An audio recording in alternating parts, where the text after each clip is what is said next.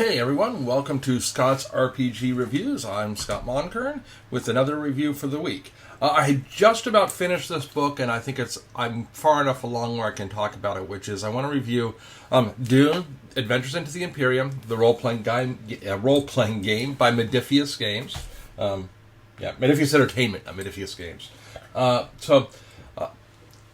This is the first Modiphius game I've read the whole book for. I've got a bunch of them, but this is the first one I read because I'll be honest and say I'm a huge fan of the Dune universe, the Dune movies. I've read all the books. Of all the sci-fi settings, it's one of my personal favorites that I like. So let's talk a little bit about the book and my kind of initial reaction. So, excuse me while I look down here at it. The book is about 300 and some pages long. It's about 300 pages long. Nice hardcover, good quality. My copy is a little worn, the spine, because I've been reading it so much. It's 328 pages long, by the way.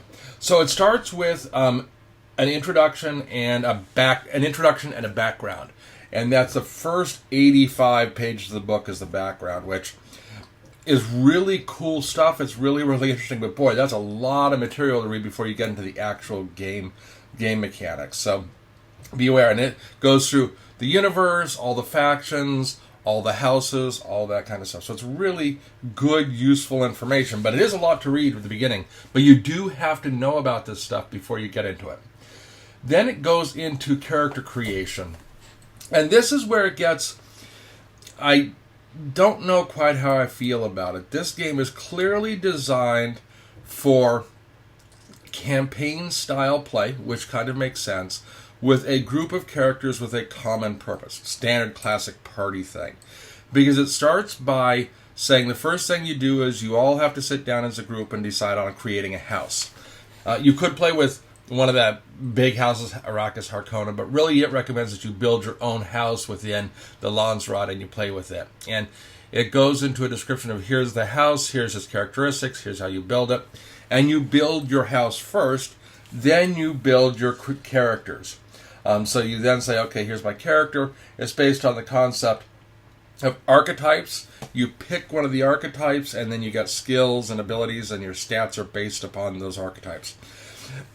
It's interesting because I've played Cypher System, and I've played some of the Year Zero Engine games like Vesson and Blade Runner, and I don't know what it was about this particular archetype system, but I felt really limited, which really surprised me because there are a bunch of different archetypes and different things, but I just felt like it just felt really limiting, and I don't quite know why, and I'm going to have to think about that for a while. But you build an archetype, it basically builds out all your core stats and all your core skills. You pick some, there are several options available to you. But you start with the archetype and you build from there. Okay, so that goes from about 85 through about 140. So it takes about 60 pages to explain how to build characters. And actually, honestly, that's the house and the characters. That's not too bad, but it is kind of daunting. Then it isn't until page 141 you get to the core rules. And the rules go from 141 to, honestly, about 217. If you read those 70 pages, those are the core rules. I kind of wish they had moved those forward and put them ahead, maybe not before the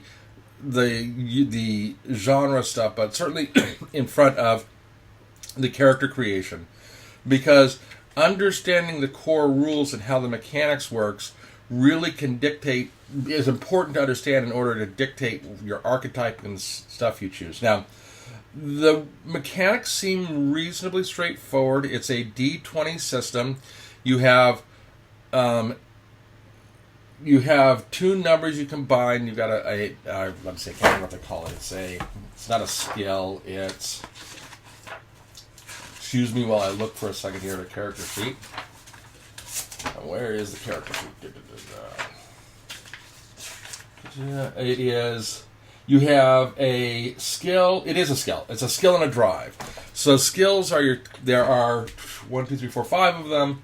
Battle, communicate, discipline, movement, outstand. Those are kind of your core stats. You get a skill and with a numeric value and a focus. And the focus gives you some bonuses. Then you have drive and statements. Your drive are kind of overarching philosophies about what your character believes in, which I thought was really neat. I hadn't seen that before, really well structured. There are some games that have similar things, but this one said, here's your stats and here's your core beliefs, your drive. You take your skill number, your drive number, you add them together, and that gives you your target number. Now, when you roll 2d20, you want to roll below that number. I know there are a lot of systems that say you want to roll below the target number. I've been on so many systems where you want to roll above either a specific number like a 6 or a 1, or you want to roll above a target number. It was kind of interesting. I was watching one video. They said we're so used to the low bad, good, a high good, that it's kind of hard to remember that. So, but basically, you take those two numbers, you add them together. That's your target number. Focuses you roll 2d20. Each one below that number is a success. If you have focuses that are relevant, you get to add each number below the target number becomes a success. That becomes really important. That's a huge motivator, by the way, which is that normally, the focus it does some modifiers, which is really important. So if you have a focus on it, each success is 2 instead of 1. At least that's what I think I recall. Then you have two things, momentum and threat. Your party starts with a set of momentum, and you can get other things that cause you to generate momentum. Lets you roll additional dice to get additional successes. Threat, you can take on threat, which can cause weird stuff to happen later, which will also give you additional dice. And that's the core mechanic. Then it's got a set of combat mechanics, and I call them conflict mechanics. They have all sorts of different types of conflict. They have duels, skirmishes, and wars for all different types of tiers. And those are the mechanics. And then they go back into assets. Assets are a big, broad category of physical items, people, and resources. Because it's a political game, contacts and stuff are really important. So we've got assets. Got a section on GMing, which is about 22 pages long. I kind of wish it had been a bit longer.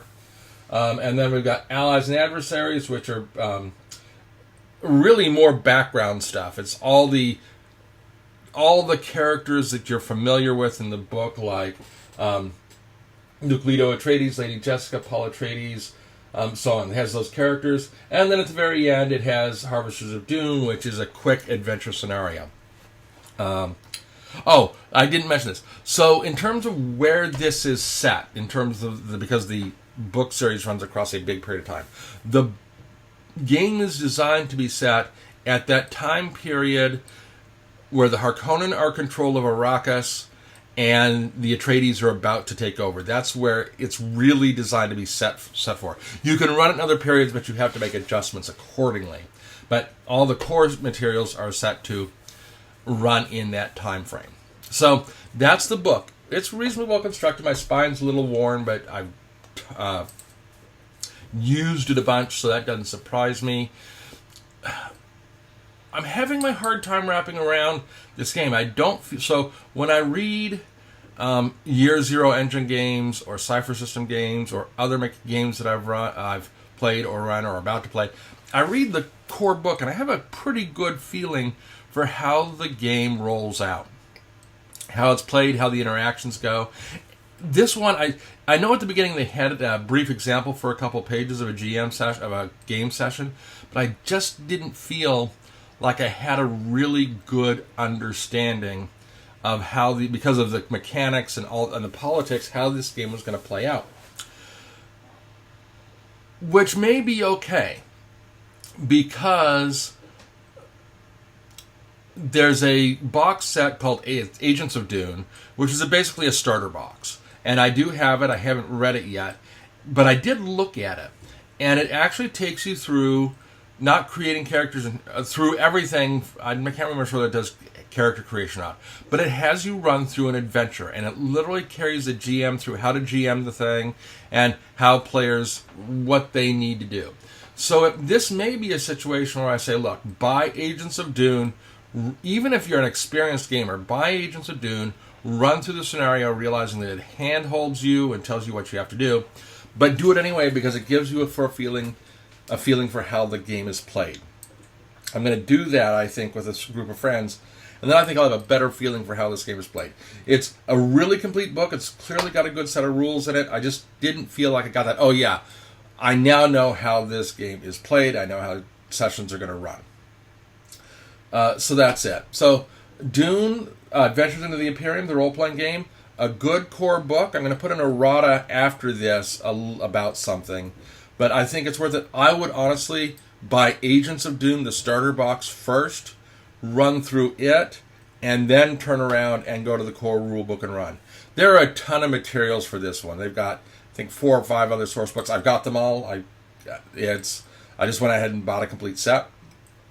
And that's it. So, interesting game, well written. I think the structure's a little strange. I would run Agents of the starter box first, the Agents of Doom starter box first, and then go to this. Extra money, yeah, but probably make a better playing experience. That's it. I'm going to do a quick errata after here in a little bit, and we'll talk in a little bit.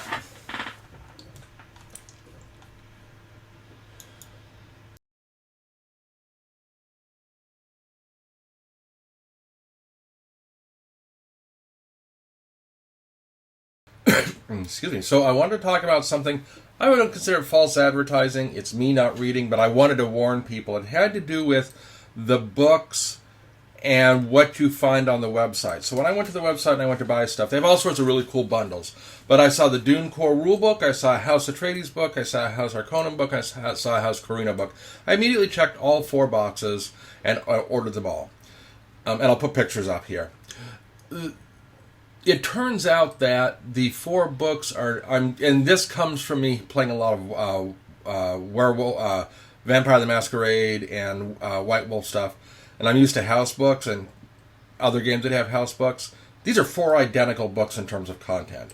The only difference between them is that they have different covers. So I've now got 4 core rulebook copies, all of which contain the same contents.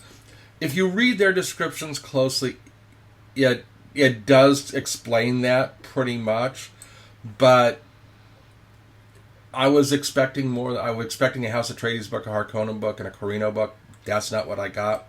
So just be aware that if you're going to Modiphius and you're buying stuff, you don't have to buy each of the books. Just buy a core book. You can buy the cheap core book, which is like 32 British pounds. They have an American version too. Or buy one of the pretty house books. You don't have to buy all of them. Or buy all of them because they're pretty books and they look good on your shelf. I've got a good set. They look great on my shelf. Yeah, so don't buy the house books. They're not actually house books. They're just different covers on the core rule book. Have a good day.